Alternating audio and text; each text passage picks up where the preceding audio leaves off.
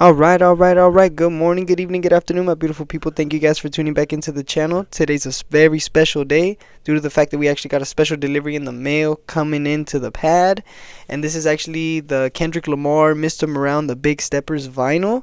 This is a 2 LP vinyl, and it's so dope because it's actually, I think, his fourth number one album, and it debuted at number one. I got some fun facts about this album. It actually came out on a very special day for my life, alongside others, but it took 5 years for this, from the creation of Damn all the way to this album being released for our ears to listen to. And I thought it was so dope because it released May 13, 2022, and that was a very special day. In Mexican tradition, there's like a thing that happens with Mexican girls transitioning into adulthood, and it just so happens that that day happened to mark my little sister's 15th birthday. So it was like a little special morning and night, because in the morning I binged this entire album and I thought it was amazing. First listen through, and then I ended up having like a party of my life that night, and I thought it was so dope. And this is actually, like I stated, his fifth album, so it actually took him a long time, and I recorded this album already twice, and I scrapped it because I felt like I didn't do good enough. So I want to reiterate a lot of different points that are very important to this album, because I want to give it its credit. This actually was pre Drake Kendrick beef, pre Super Bowl, pre everything. And this is actually his most raw and authentic album to date. And I thought it was so dope because, I mean, you could see it based off of the cover itself. It's him and his family, just as emotional as it can be.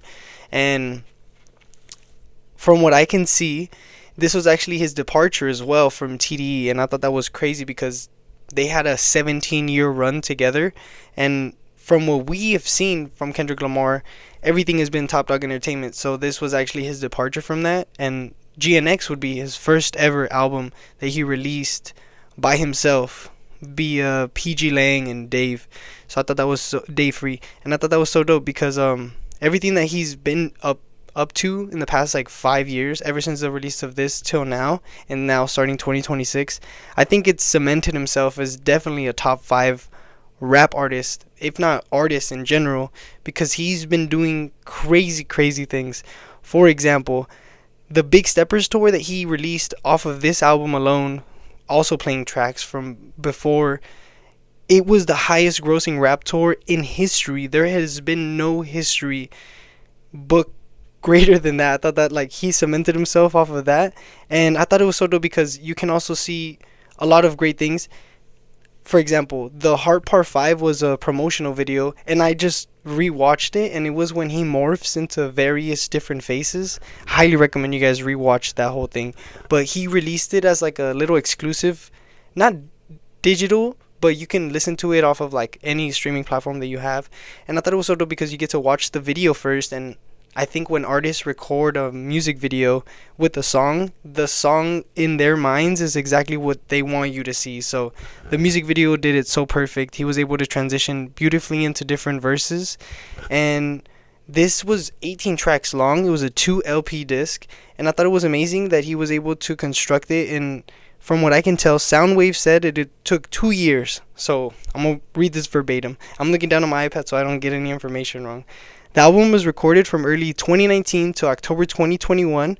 Lamar's producer Soundwave, which is amazing by the way, I highly recommend you guys listen to any Soundwave production, described the process as one of the toughest creative processes imaginable due to the COVID-19 pandemic. And it's so crazy because you can see the COVID pandemic riddled all over this based off of the second track that you hear, which is N95, and that bounces off of United in Grief. So all of us, not only him, but as people, are united in grief.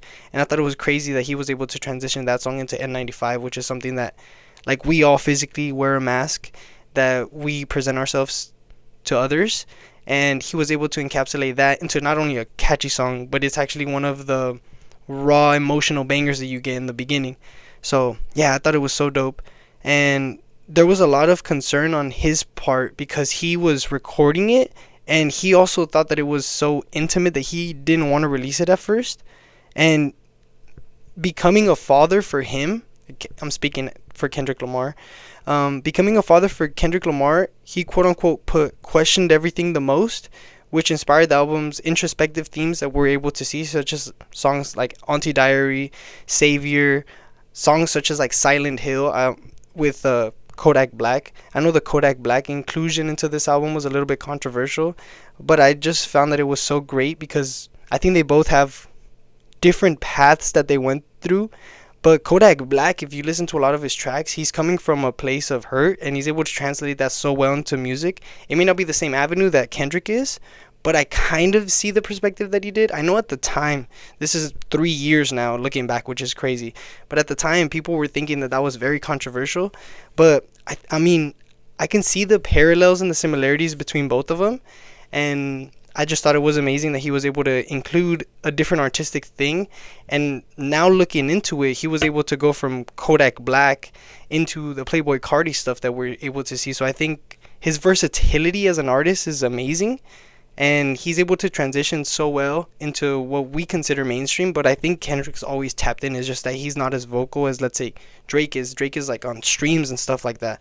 I think the Kendrick Lamar intuition is just so being tapped into the culture that he's able to pivot himself and kind of force himself to be uncomfortable, which makes him better at being an artist, which I think is insane.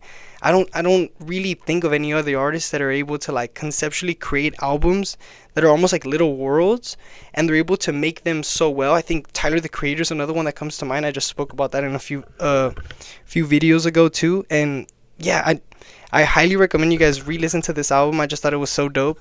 I just got this in the mail a few days ago, and I have work in like a few hours, and I'm supposed to be studying, but I'm procrastinating doing this because I love this album, and it was so great re-listening to it based off of the reviews that it got.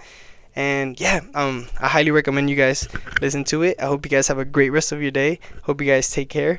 Know that you're loved, know that you're appreciated, and I hope you guys enjoy yourselves. Take care. Love you guys. Deuces.